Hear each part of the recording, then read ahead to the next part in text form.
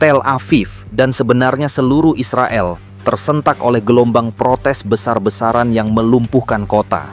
500.000 bahkan diperkirakan mencapai 1 juta orang membanjiri jalan-jalan utama di Tel Aviv, Yerusalem, dan kota-kota lain dalam sebuah pemogokan nasional.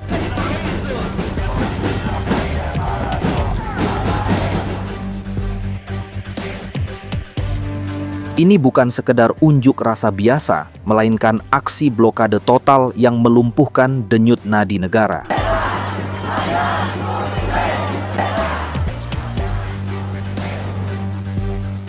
Jalan raya strategis seperti jalur penghubung Tel Aviv Yerusalem di Ben Shemen yang sibuk berubah menjadi lautan manusia yang tak bergerak.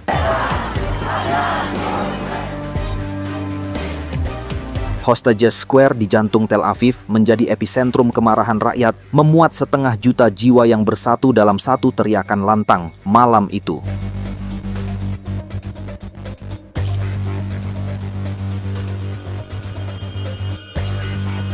Inti dari ledakan amarah ini adalah 2 tuntutan yang mendesak dan saling terkait, yaitu pembebasan segera 50 sandera Israel yang masih ditahan Hamas dan penghentian perang yang telah menyengsarakan selama hampir 22 bulan. Aksi ini digerakkan oleh hati para keluarga sandera yang ketakutan dan frustrasinya mencapai titik didih.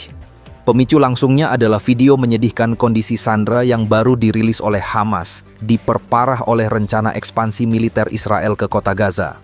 Para keluarga hidup dalam mimpi buruk bahwa operasi militer besar-besaran itu akan menjadi kuburan bagi orang-orang yang mereka cintai, yang hanya sekitar 20 orang dari 50 sandera itu yang diperkirakan masih bernyawa.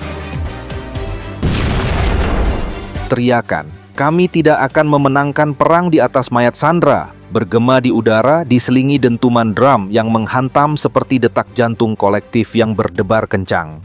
Foto para sandera yang masih terperangkap di Gaza diangkat tinggi-tinggi, bercampur baur dengan bendera Israel yang berkibar dalam gelombang massa yang marah.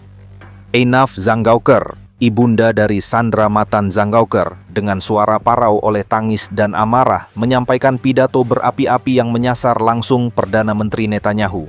Mereka telah mengubah perang paling adil menjadi perang sia-sia.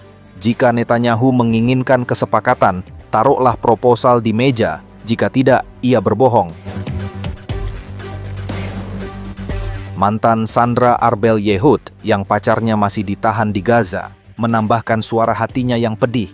Tekanan militer tidak mengembalikan sandera, itu membunuh mereka. Satu-satunya jalan adalah kesepakatan. Dampak pemogokan darurat nasional ini sungguh melumpuhkan. Ribuan bisnis swasta, firma hukum ternama, raksasa-raksasa teknologi yang menjadi tulang punggung ekonomi, dan institusi akademik secara serentak menutup pintu mereka atau mengizinkan karyawannya turun ke jalan. Mereka memilih untuk menghentikan mesin ekonomi demi menyuarakan kepentingan yang lebih tinggi. Polisi berusaha membubarkan blokade dengan water cannon, namun gelombang manusia terlalu besar untuk dipatahkan. Respon pemerintah justru menuangkan minyak ke dalam bara. Netanyahu bukan memenuhi permintaan para demonstran, tetapi justru mengecam keras para pengunjuk rasa, menuding mereka telah menguntungkan dan memperkuat Hamas. Ia bersikukuh bahwa perang harus terus berlanjut tanpa kompromi, hingga Hamas dihancurkan sepenuhnya secara total. Menteri Keuangan Bezalel Smotrich menyebut gelombang protes damai ini sebagai kampanye beracun, sebuah kampanye yang tak patut didengarkan, apalagi dihiraukan.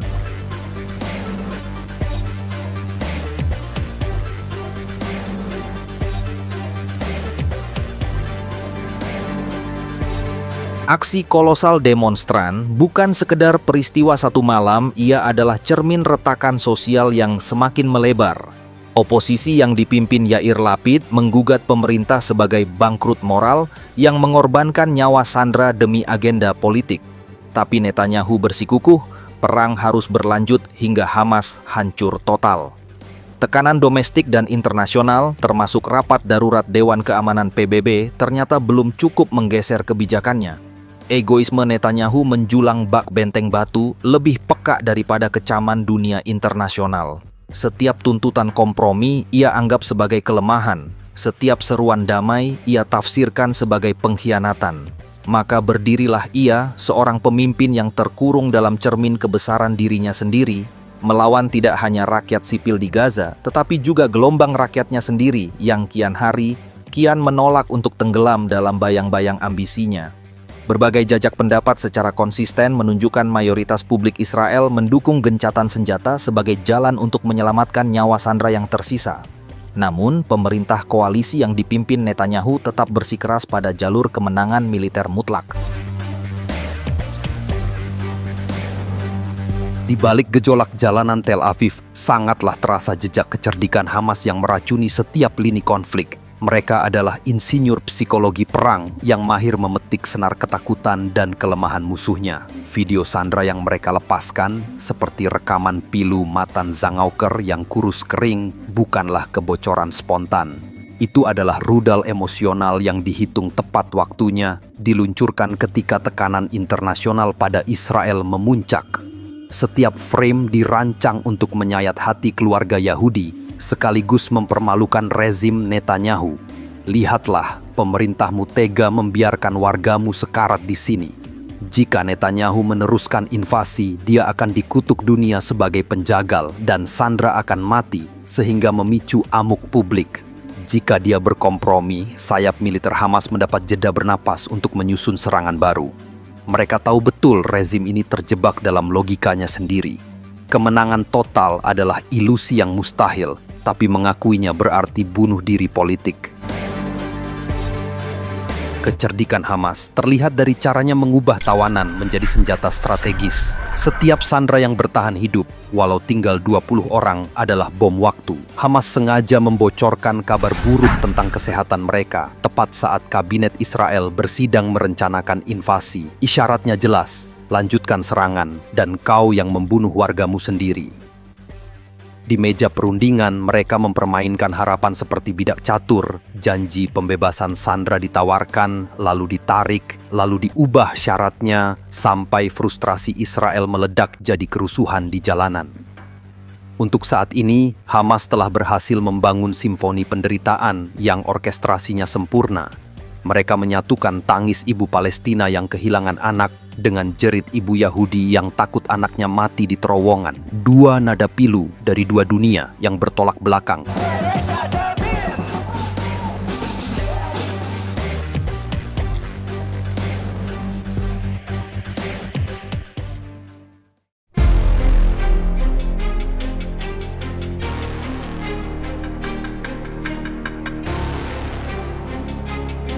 Protes demi sandera, bukan demi Gaza.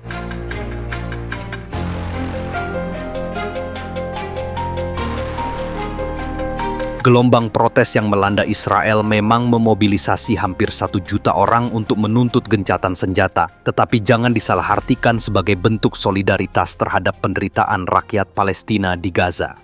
Teriakan "hentikan perang" yang memenuhi jalan-jalan Tel Aviv berakar pada keputusasaan atas nasib sandera Israel yang masih ditahan Hamas, bukan pada keprihatinan atas puluhan ribu korban tewas Palestina atau krisis kelaparan yang melanda Gaza. Democracy Institute mengungkapkan 79% warga Yahudi Israel mengaku tidak terganggu oleh kelaparan dan kematian warga Palestina, sementara 47% menyebut laporan kemanusiaan sebagai kebohongan Hamas. Mereka hanya bergerak karena sandera adalah daging dan darah mereka sendiri, bukan karena ribuan warga Palestina yang bergelimpangan di reruntuhan. Jajak pendapat Channel 12 memperjelas paradoks ini. 74% warga Israel mendukung gencatan senjata, tapi hanya 6% yang menyebut kematian warga Palestina sebagai alasan. Sebagian besar, 68%, ingin perang dihentikan semata untuk menyelamatkan sandera dan tentara mereka. Bahkan di puncak kemarahan terhadap Netanyahu, nurani mereka tetap terkunci dalam logika kesukuan. Sejarawan Jerome Burdon mencatat fenomena ini sebagai dehumanisasi sistematis, di mana media Israel tidak menayangkan penderitaan Gaza. Narasi ini diperkuat pemerintah, di mana Netanyahu menyebut Gaza sebagai sarang teroris. Smotrich mencap laporan PBB sebagai propaganda beracun. Hasilnya, Survei Tamir Sorek sangat mengejutkan, di mana 82% warga Yahudi Israel mendukung pengusiran total Palestina dari Gaza, angka yang melonjak drastis dari sebelum perang. Dokter-dokter seperti Michael Veldon yang berbisik, "Saya malu jadi orang Israel," atau penulis Edgar Keret yang bergabung dengan aksi solidaritas Palestina, tapi mereka dicaci sebagai pengkhianat. Bahkan oposisi Yair Lapid sekalipun, meski mengecam kebangkrutan moral Netanyahu, tak berani menuntut gencatan senjata dengan alasan kemanusiaan. Bagi politisi, menyentuh isu penderitaan Palestina adalah bunuh diri elektoral. Survei menunjukkan 60% pemilih Yahudi Israel berpaham sayap kanan. Protokol Israel telah memutuskan bahwa penderitaan Palestina adalah dosa kolateral yang tak perlu disesali. Selama teriakan, hidup lebih berharga daripada balas dendam, hanya ditujukan untuk darah mereka sendiri, simfoni kematian di Gaza akan terus dimainkan, dengan Netanyahu sebagai konduktor dan ketidakpedulian warga Israel sebagai partitur abadinya. Retorika resmi Israel berhasil memisahkan isu sandera dan kemanusiaan Gaza menjadi dua realitas terpisah. Bagi banyak warga Yahudi Israel, Gaza adalah medan perang, tempat monster Hamas bersembunyi, bukan komunitas manusia dengan warga sipil, keluarga, dan hak kehidupan. Scheindlin menyimpulkan, masyarakat Israel belum siap mengakui bahwa kekerasan mereka menciptakan penderitaan setara dengan yang mereka alami. Mengakui itu berarti mengakui bahwa kita bukan hanya korban, tapi juga pelaku. Meski minoritas, sekitar 20% warga Israel, terutama dari komunitas kiri dan Yahudi Arab, konsisten menyuarakan keprihatinan ganda. Kelompok seperti Parents Against Child Arrest menggelar aksi diam dengan membawa foto warga Gaza yang tewas, meski kerap diolok-olok untuk pindah ke Gaza. Survei IDI menunjukkan 86% warga Arab Israel merasa sangat terganggu oleh penderitaan Gaza, mencerminkan solidaritas sebagai minoritas yang memahami rasisme negara.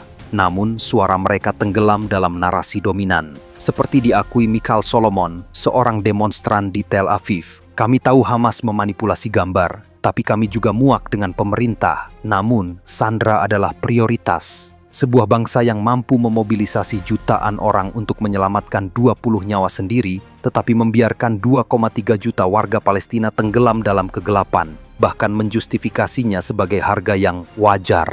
Ketika bendera-bendera Israel berkibar di Hostages Square, bayangan rakyat Gaza yang mati kelaparan tetap tak terlihat tersembunyi di balik tembok ketidakpedulian yang dibangun oleh rasa takut, kebencian, dan kesepakatan diam-diam untuk tidak melihat.